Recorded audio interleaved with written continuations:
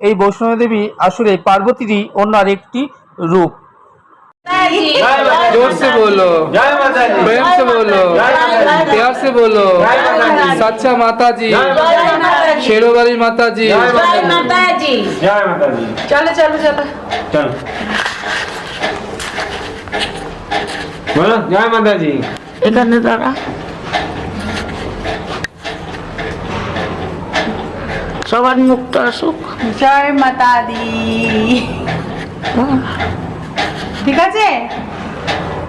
কলকাতা থেকে জম্মু পৌঁছে হোটেলে রাতের ডিনার সেরে আমরা এখন রাত 10:30, আমরা রওনা দিয়ে দিয়েছি মাতা বৈষ্ণব দেবী মন্দিরে দর্শন করবার জন্য।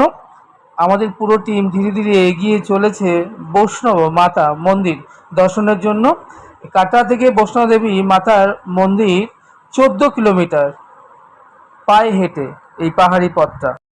এই বৈষ্ণব দেবী মন্দিরটি একটি গুরুত্বপূর্ণ হিন্দু তীর্থস্থান, যা জম্মু কাশ্মীর কেন্দ্রশাসিত অঞ্চলের অন্তর্গত ত্রিকুট পর্বতের কাটরায় অবস্থিত। কথিত আছে যে ভৈরব নাথ নামে একজন বিখ্যাত তান্ত্রিক ছিলেন।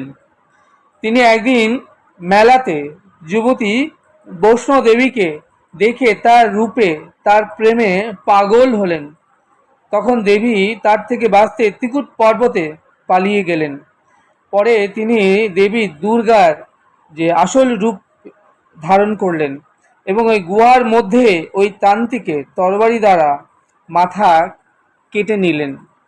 এই দেবী দুর্গাই, তিনি পার্বতী, তিনি অম্বে মা, বৈষ্ণব মাতা এবং মাতা রানী নামে পরিচিত।